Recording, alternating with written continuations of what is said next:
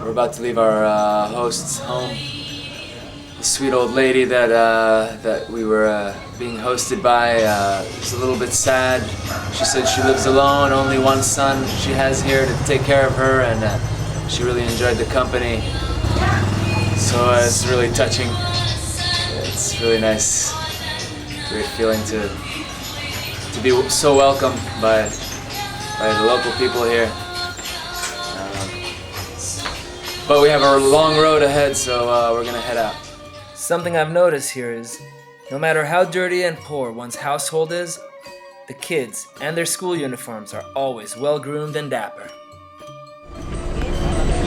We're on the bus to Banyuwangi. We're starting with a fresh budget today, another $10. We're heading to Bali.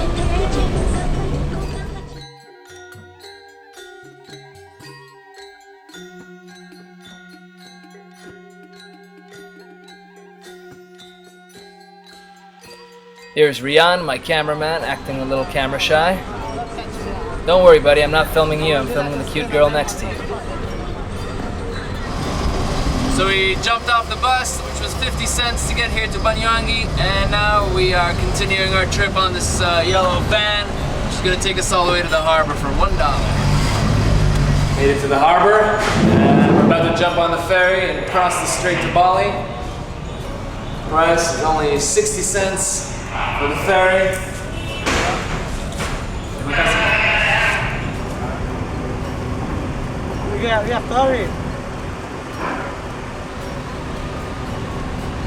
We are standing on the most eastern point on the island of Java.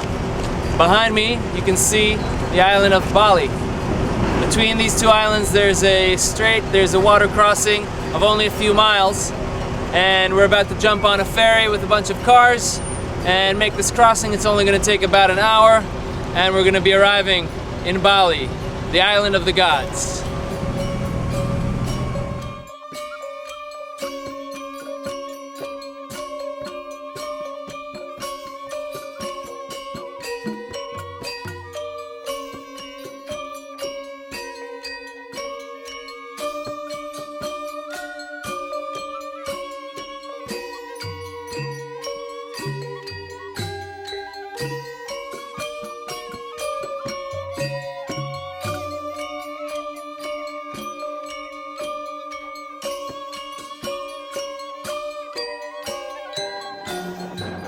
We're on the top of the ferry, on the roof, heading to Bali, leaving Java behind. It's a wonderful 4-day trip in Java. Beautiful island with great people. Java has a predominantly Muslim population, while Bali, on the other hand, is a completely Hindu island. When Islam surpassed Hinduism in Java in the 16th century, Bali became a refuge for many Hindus. Balinese Hinduism is a blend in which gods and demigods are worshipped together with Buddhist heroes, spirits of ancestors, agricultural deities, and sacred places. It's a belief system that embraces theology as well as animism and magic.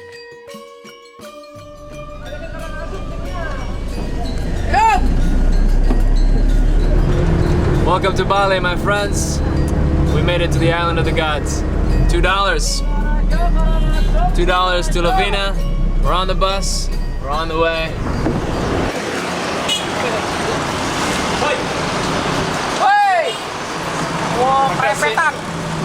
We're at the Lavina beach. Used to be a little fishing village. Now it's become a bustling tourist town. And you can see behind me a little example of the Balinese amazing craftsmanship. They are great with their hands. They do great woodwork, great sculpting. And we're gonna go head to the beach, go eat something. The estimated 20,000 temples and shrines spread throughout the island are what made Bali known as the Island of the Gods.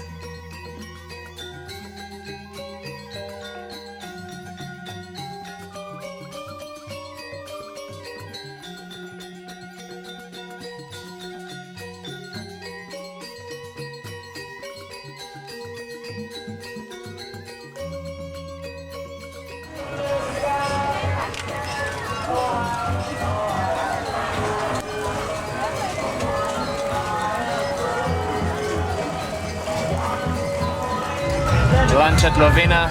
We're gonna have sate kambing, which is grilled goat meat with a peanut sauce and some rice. Voila, bon appetit. It appears that there's some type of celebration in town today, just one out of many. Seems like the Balinese culture is an endless series of offerings, purifications, processions, dances, and dozens of other religious rituals that the Balinese devote their life to. Festivals dedicated to the birth of a goddess or harvest, fasting ceremonies, parades to the sea to cleanse the village, and even blood sacrifice. There are shrines everywhere, in every house, business, and even on every boat. After a long, sweaty ride, we finally made it to the coast. It's a beautiful day, the sun is shining, the sky is clear, and the water is about to feel so good. We're gonna go check it out.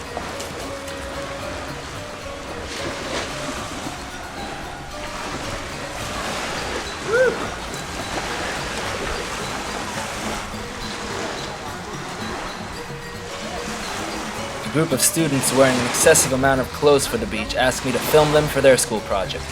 This is something I discovered here in Indonesia. Apparently the Indonesian people don't like their skin to be tan at all. They'll do whatever they can to help it, even if it means sitting in the shade with your jackets on and even helmets. It's interesting how notions of beauty vary from place to place. While in Western culture, we strive to be tan, in other parts of the world, they attempt the exact opposite. For an Indonesian person, the idea of a tanning bed must be ridiculous. Did I mention there's a shrine everywhere?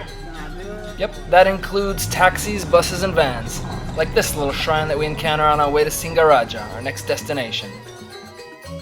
It's a short ride from Lovina and will take a tiny 20-cent bite out of our budget.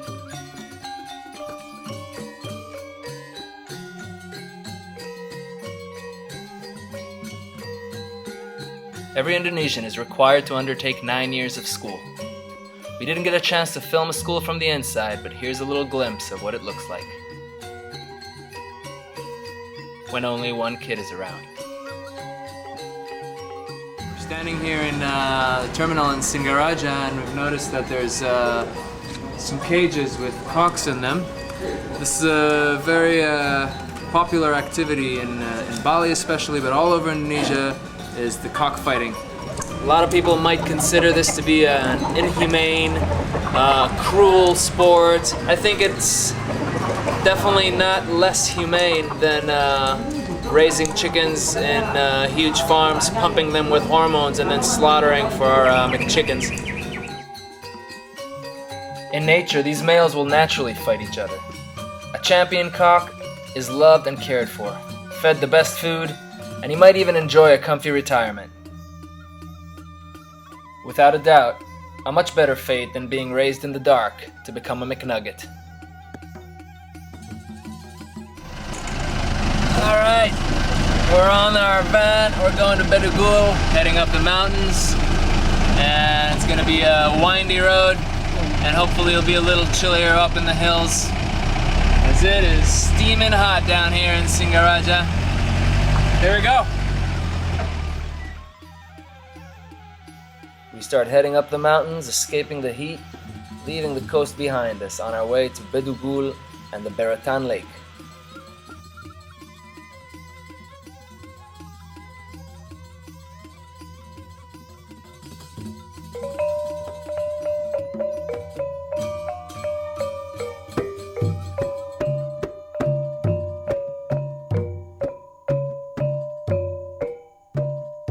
Here we are, ready for our dinner. Day number 5. We're gonna have some meat goreng, some fried noodles with vegetables. We have a beautiful dish here with egg, and we're also going to add a little bit of chili. Gotta be careful with the chili, and it looks wonderful. Bon appetit.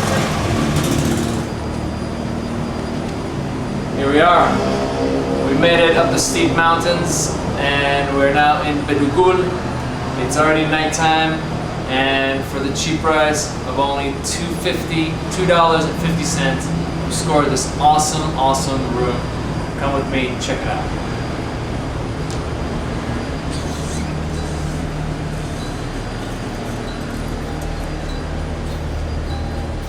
What more does a man need? Simple bed, simple bathroom.